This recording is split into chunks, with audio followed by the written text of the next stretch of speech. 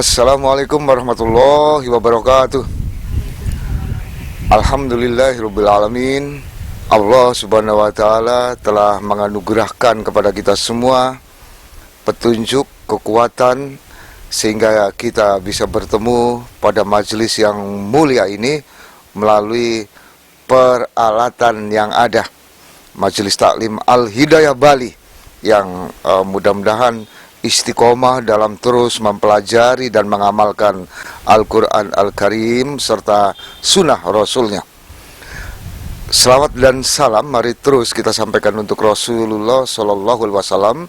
Allahumma sholli ala Sayyidina Muhammad wa ala ali Muhammad wa ala alihi wa sahbihi wa barik wa sallim ajmain. Mudah-mudahan kita semua, anak-anak kita, seluruh anggota keluarga kita dimampukan oleh Allah Ta'ala untuk menteladani manusia terbaik Rasulullah Sallallahu Alaihi Wasallam. Amin ya rabbal alamin. Teman-teman, adik-adik dimanapun Anda berada, kita akan membicarakan sesuatu yang sejatinya erat dengan kehidupan kita sehari-hari dari detik ke detik. Kita bahas lagi pertempuran yang tiada henti antara manusia, Bani Adam, melawan setan. Satu hal yang perlu kita pahami adalah sesungguhnya ada sejumlah keunggulan dari masing-masing pihak ini.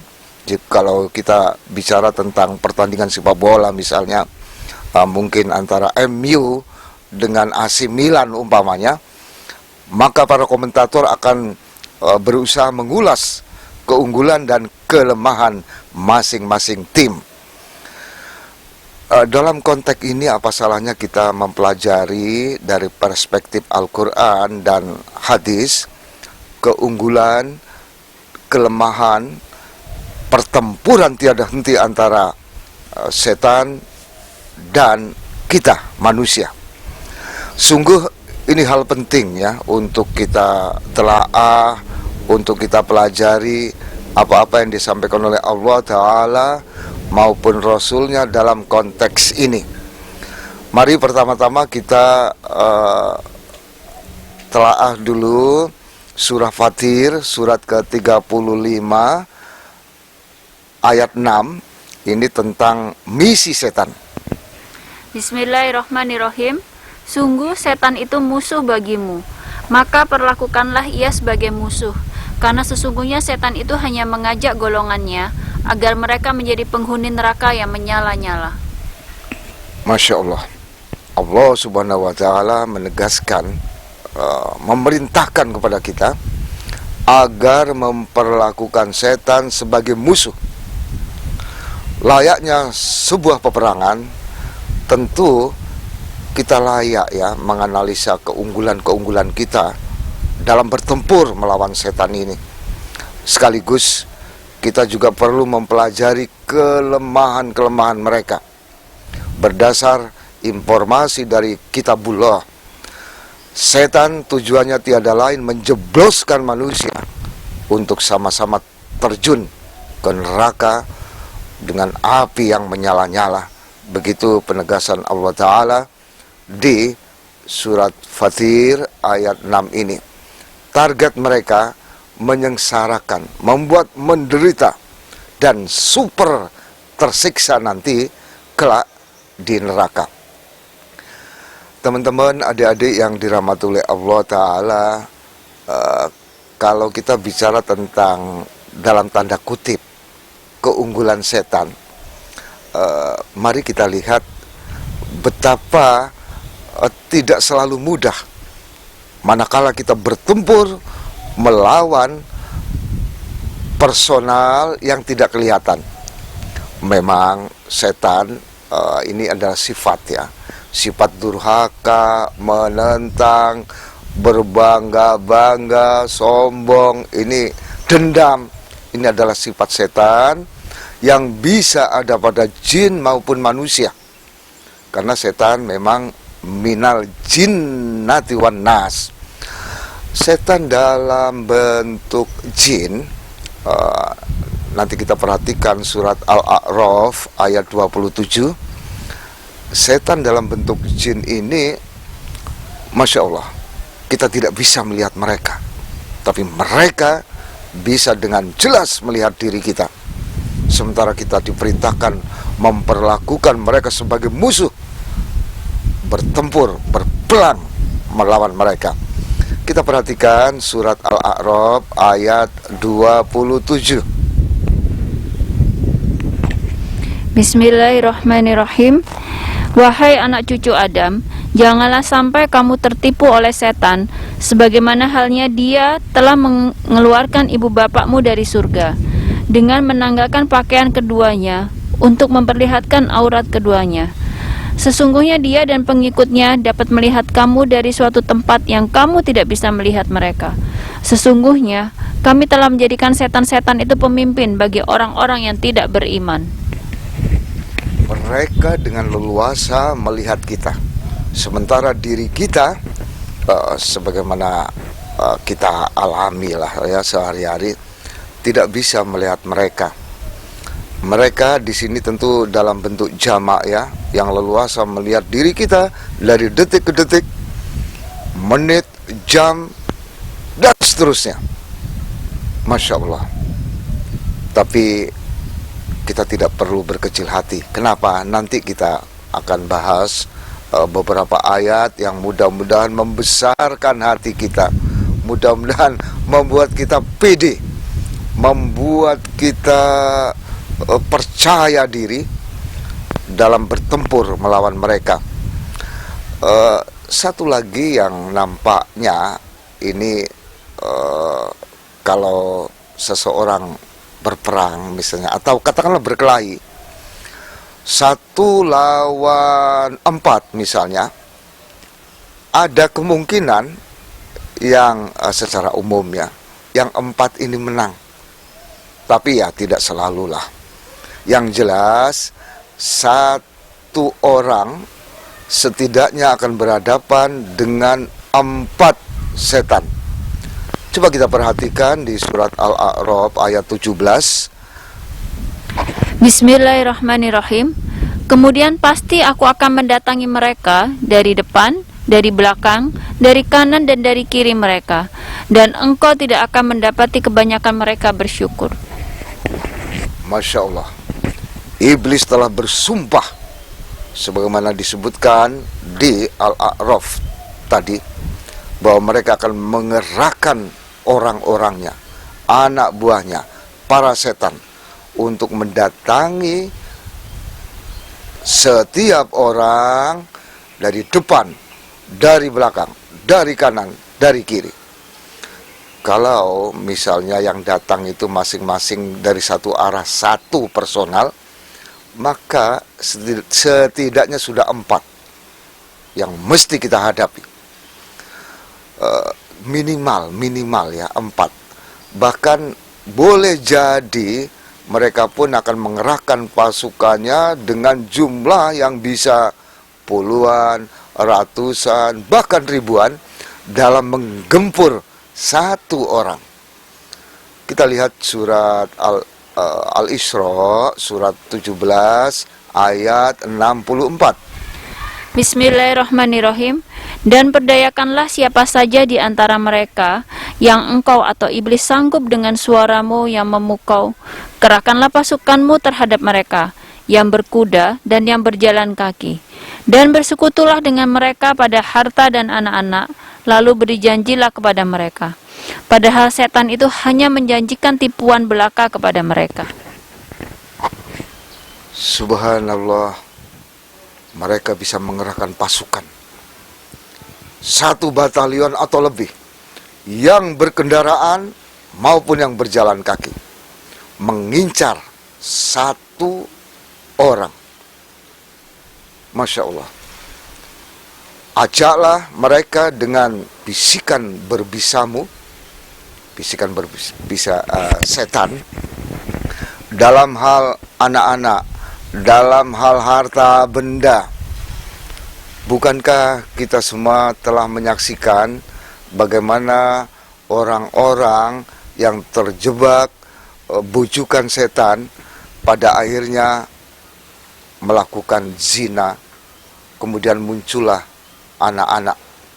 Bukankah sering kita saksikan bagaimana seseorang mencuri untuk mendapatkan harta benda, baik pencuri dari tingkat rendahan, maling ayam begitu, maupun pencuri dalam level yang miliaran rupiah, triliunan, para koruptor. Mereka terjebak kemudian bersekutu dengan setan tanpa menyadari di balik itu ada kesengsaraan, ada penderitaan karena cintanya yang begitu besar kepada dunia, lawan jenis, harta benda. Akhirnya mereka terkecoh yang ujung-ujungnya kesengsaraan, penderitaan demi penderitaan, dan finalnya nanti sebagaimana disebutkan di surat Fatir ayat 6, mereka diajak untuk menghuni neraka yang menyala-nyala. Na'udzubillahi min dzalik. Teman-teman, adik-adik yang dirahmati oleh Allah Ta'ala, sebagaimana tadi disebutkan, kita sebagai orang beriman tidak perlu berkecil hati menghadapi setan dalam bentuk jin yang tidak bisa kita lihat, menghadapi mereka yang mendatangi setiap orang dari berbagai arah, depan, belakang, kanan, kiri. Tidak perlu berkecil hati dalam menghadapi mereka yang mengerahkan pasukannya, mungkin dalam jumlah puluhan, ratusan, bahkan ribuan. Kenapa kita tidak perlu berkecil hati? Sebab sebagai orang beriman akan mendapatkan jaminan perlindungan dari Allah Subhanahu wa Ta'ala. Kita lihat surat An-Nahl, surat 16 ayat 99. Bismillahirrahmanirrahim. Sungguh, setan itu tidak akan berpengaruh terhadap orang yang beriman dan bertawakal kepada Tuhan. Masya Allah. Tidak akan terpengaruh, tidak akan mempan bujukan, rayuan berbisa mereka, gempuran mereka terhadap setiap orang yang beriman dan bertawakal kepada Allah Subhanahu wa Ta'ala, sebagaimana disebutkan di An-Nahl ayat 99 tadi.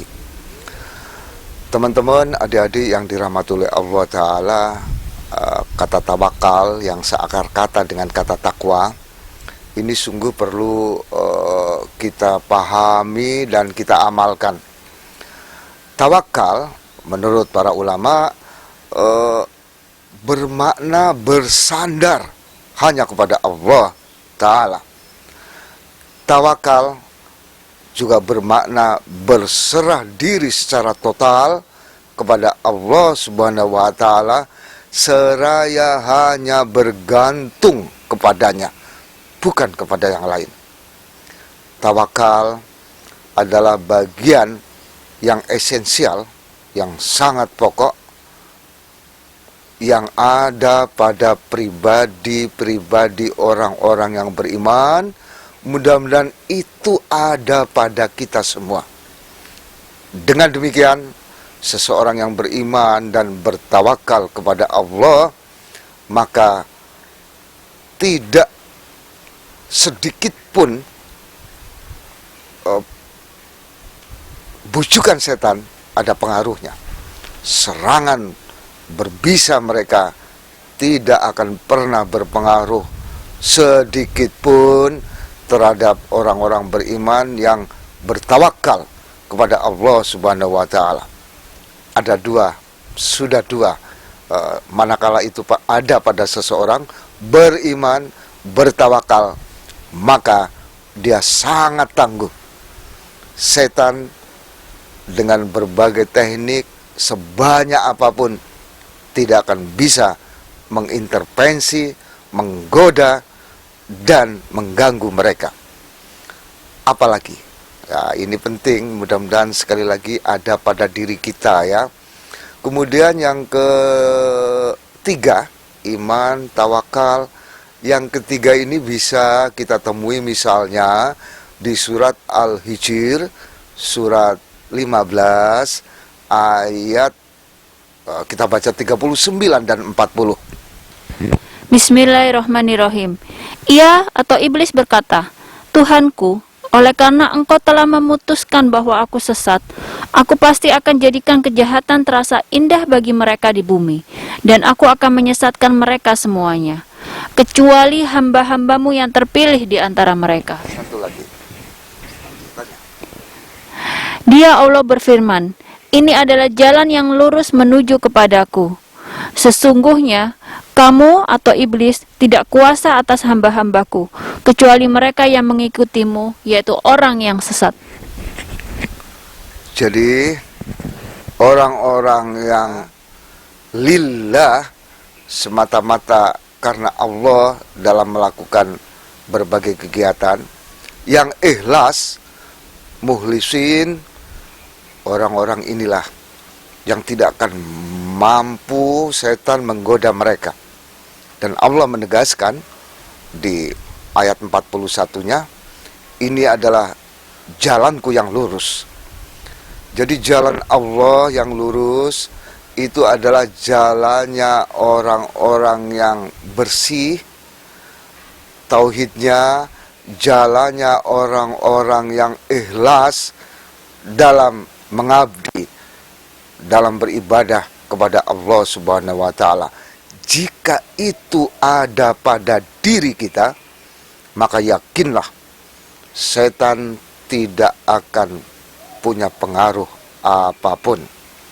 Jadi akhirnya 3 ya, mudah-mudahan itu ada pada diri kita. Yang pertama, kita mudah-mudahan tergolong orang-orang yang beriman. Yang kedua, yang bertawakal kepada Allah Ta'ala. Yang ketiga adalah orang-orang yang ikhlas.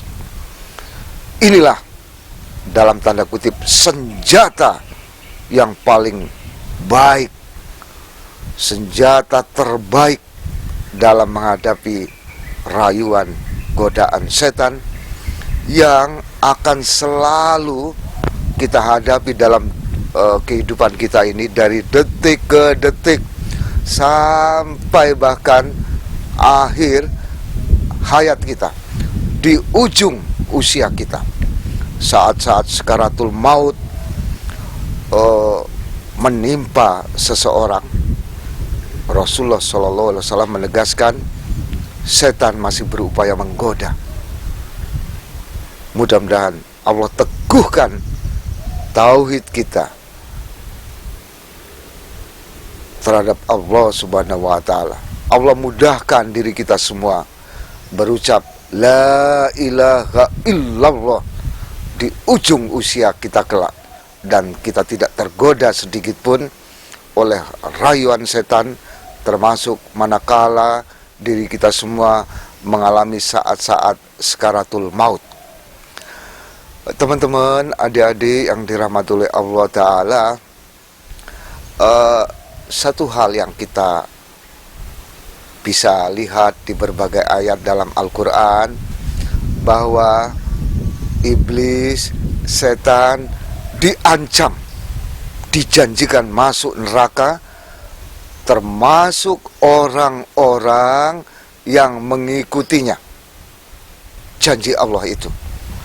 Sedangkan janji Allah kepada setiap orang yang beriman dan beramal soleh adalah janji dianugerahi surga. Wa'adallahu alladzina amanu wa amilus solihati lahum maghfiratu wa ajrun azim. Al-Maidah ayat 9. Allah telah berjanji bagi orang-orang yang beriman, beramal soleh, mereka akan dikaruniai ampunan dan karunia yang besar. Para ulama menyebut ini, mengartikan ini, karunia yang besar itu finalnya adalah surga yang penuh kenikmatan. Orang-orang yang beriman, orang-orang yang bertakwa dijanjikan mendapatkan surganya Allah Ta'ala. Mari kita lihat surat Az-Zumar ayat 73. Bismillahirrahmanirrahim. Dan orang-orang yang bertakwa kepada Tuhannya diantar ke dalam surga secara berombongan, sehingga apabila mereka sampai kepadanya dan pintu-pintunya telah dibukakan, penjaga-penjaganya berkata kepada mereka, "Kesejahteraan dilimpahkan atas namamu, berbahagialah kamu, maka masuklah kamu kekal di dalamnya." Masya Allah, mudah-mudahan itu tergolong diri kita semua tanpa kecuali, karena kita memang telah berupaya berperang melawan setan dengan menggunakan panduan dari Allah Subhanahu wa Ta'ala, ditambah dengan teladan dari Rasulnya Sallallahu Alaihi Wasallam. Banyak teladan dari Rasul kita yang mulia itu, bagaimana semestinya menghadapi mereka. Bahkan saat-saat diri kita keluar rumah dengan berucap Bismillahi tawakkaltu 'alallah la haula wala quwwata illa billah, Rasulullah menjamin setan tidak bisa mengganggu kita. Dalam berbagai kegiatan, banyak sekali doa-doa yang telah dicontohkan oleh Rasulullah SAW agar kita terhindar dari bujukan, godaan, rayuan berbisa setan yang terkutuk itu. Kenapa terkutuk? Karena mereka menjadikan sasarannya, yaitu manusia, agar menderita, agar sengsara, agar tersiksa.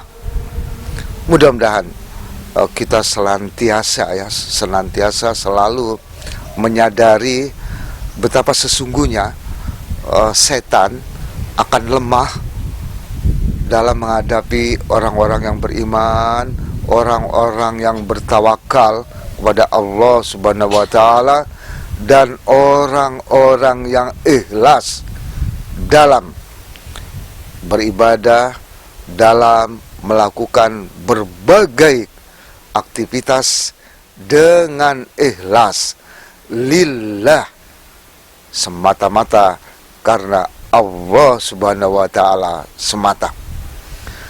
Jadi begitu pokok-pokok perbincangan kita pada hari ini.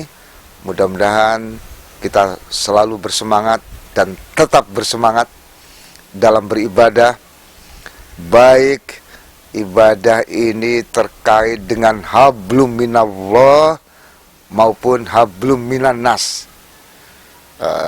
Kita sebarkan salam, kita sebarkan kasih sayang di sekitar kita. Kita pererat silaturahmi kita. Mudah-mudahan itu bagian dari amal-amal soleh yang memperberat timbangan amal baik kita kelak di yaumil hisab, di hari perhitungan, di mana saat-saat timbangan amal soleh itu lebih berat, maka seseorang berhak memasuki surga Allah yang mulia, yang penuh kenikmatan. Sekali lagi, mudah-mudahan itu adalah kita semua. Mohon maaf lahir batin manakala ada kehilapan. Terima kasih banyak semuanya. Wassalamualaikum warahmatullahi wabarakatuh.